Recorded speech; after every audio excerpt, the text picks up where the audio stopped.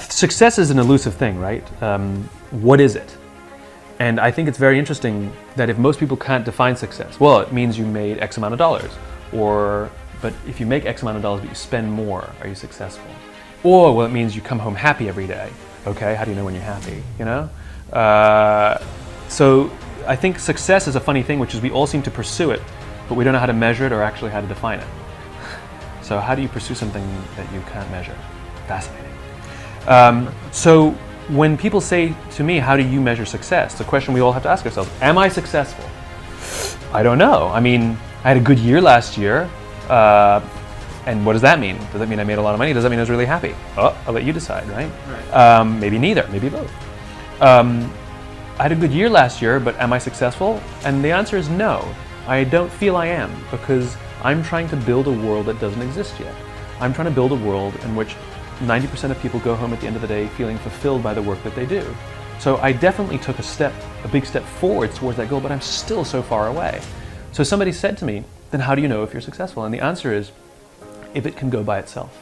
And so what is more interesting to me as a measurement of success is not the markers per se. It's not the financial goal or the size of the house that you want to buy. Those are nice things, go for it. But those are not measurements of success. Those are just nice things to collect along the way. Right. For me, it's momentum. I want to measure momentum, which is, you know, when something is moving and you start to see it lose momentum, you're like, uh-oh, give it a push, because if you don't give it a push, it's going to stop. And an object in stasis is much harder to get going. It requires a lot more energy to get something started than it does to keep it going, right? And so if you don't let it stop and you can keep it going, it's this, you know, it still might slow down there, but you can get it going again much easier. And for me, the opportunity is to get the ball rolling faster and faster and faster and faster and faster and bigger and bigger and bigger. It's like a snowball. And my responsibility is, because it's not rolling downhill yet, it's not on automatic yet, I need to still keep it going to find that critical mass where it can go, and at the point it can go by itself without me, then I will find something else to do. And that may not happen in my lifetime. I think we must all stop measuring promotions, salaries, and these things, but rather measure the momentum of your career. Does my career have momentum? Can I see it moving in the right direction? Can I see it gathering moss? You know, can I see that it's becoming easier for me to keep the momentum? It's becoming easier for me to grow the size of this thing. It's requiring less effort. That's the thing we need to measure. Yeah. That's the thing that we need to be cognizant of, which is the momentum of our careers, not just the markers that we think define our success. You speak to businesses and companies and leadership teams and employees and stuff. Without mentioning names, I don't want to put you on the spot, but have you gone and talked to a company that's been in trouble and then spoken to their team and then checked in on them after you've spoken to their leadership team? And what did that look like? Did you notice a noticeable change? Did they come to you and tell you that this has helped our organization out and our culture is much improved because of it? I'm not anybody's, like, you know, mom or dad. I'm not going to do it for you. And I have a very laissez-faire approach of it. I once had a client, this is a bunch of years ago, that said, what guarantee do I have that your stuff will work? To which my answer was, none. It's like, I'm giving you a tool. It's like a hammer. You can use it broadly or narrowly. You can build a table, you can build a house. It's the same tool. You can use it for marketing, you can use it to completely revitalize your entire culture. And even though I'm going to sell you the most beautiful hammer, I'm not going to guarantee the structural integrity of the house, right? It's your business. You want to ignore all my stuff? Ignore it. I don't care. And if your business collapses, you know what happens to me? Nothing.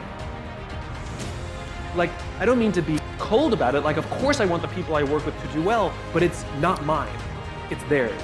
And I take no emotional responsibility for the decisions they make. So yes, there are many people that I've had the pleasure of working with, some who work for dysfunctional organizations, that went on the hard journey of completely changing the way they lead and completely revitalizing their culture, and it has great success. It's not because of me, it's because of them, right? At the same time, there are many people who came in like, what an amazing speech, and did nothing.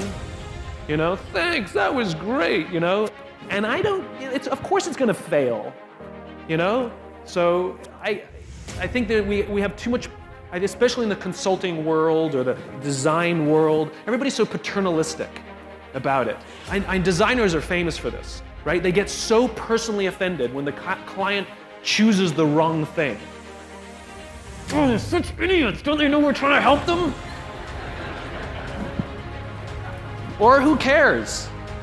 Like it's their freaking business, right? That's what you find. I've had that. Instead of arguing with somebody for them to make the right choice, because we genuinely want to help them, what I have found is if you push the accountability onto, because when we argue, we're taking accountability.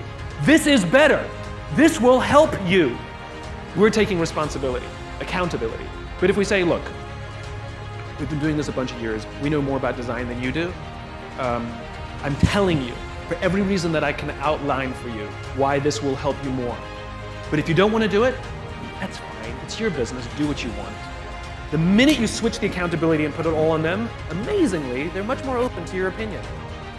So people are always talking about visions and missions and all of this stuff. When people ask me, like, what example should I look to? Like, what company should I? I'm like, here's an organization with a vision, a cause. It was founded with a cause. It's an entrepreneurial venture. America is an experiment. It's an entrepreneurial venture where a bunch of people got together and decided we needed to start our own country because there were certain obstacles that were getting in the way of a vision that we had of a better kind of country, a better kind of company, right? And they stated it right out of the beginning. All men are created equal, endowed with these unalienable rights, amongst which include life, liberty, and the pursuit of happiness. And it's not just a competitive statement, like to be the best, to be the most respected. That's not what it was. And I'm amazed how many companies start their visions or missions with that terribly egocentric language.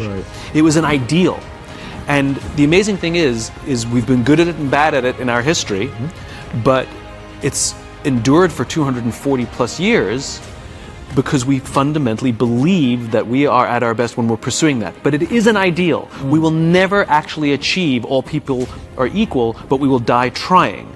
And that's the point. And it's the same for a company, which is true vision inside a company, is something that has nothing to do with your product. It is an ideal to which you will attempt to build and advance that ideal through your company with your product. You'll never achieve the ideal, but you'll die trying. And this is what gives our work meaning.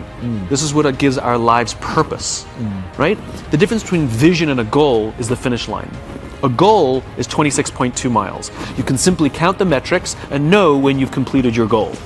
A vision is having a crystal clear sense of what the finish line looks like, but no idea of how far away it is. Wow. And the reality is you will spend your entire life never actually crossing the finish line, but the joy that every marathon you complete, you feel like you're getting closer. Every milestone that you accomplish makes you feel like you're getting closer and closer to the ideal, and this is what gives our life and our work meaning. How are you learning to better manage and motivate teams? I'm learning to manage teams by allowing the teams to do more themselves. There's a brilliant leader by the name of David Marquet who wrote a book called Turn the Ship Around.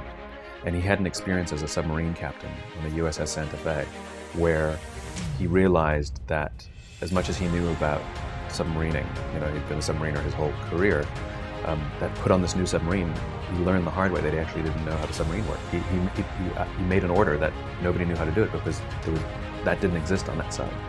And so he realized he had no choice but to trust his people. And he went through this transformation as a leader of telling everybody what to do to allowing people to tell him what should be done. And I've learned a lot from him, and I highly recommend his book. And I've really learned that, which is, at the top of the organization, as David says, the people have all the authority, and the leaders have all the authority, but at the bottom they have all the context, right? And so you can't just push all the context up, you have to push the authority down. And so the responsibility of leadership is to train people, make sure that they have the skill set, help build their confidence that they have the confidence to do what needs to be done. Yeah. They have to have competence and confidence. Right. And that's your job. That's the only job of the leader. It's like a parent. Make sure they have competence and confidence. Make sure your kids get schooling and make sure that they believe in themselves.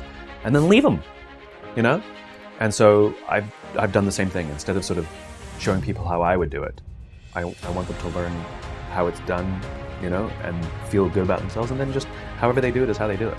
Yeah. And the result is remarkable.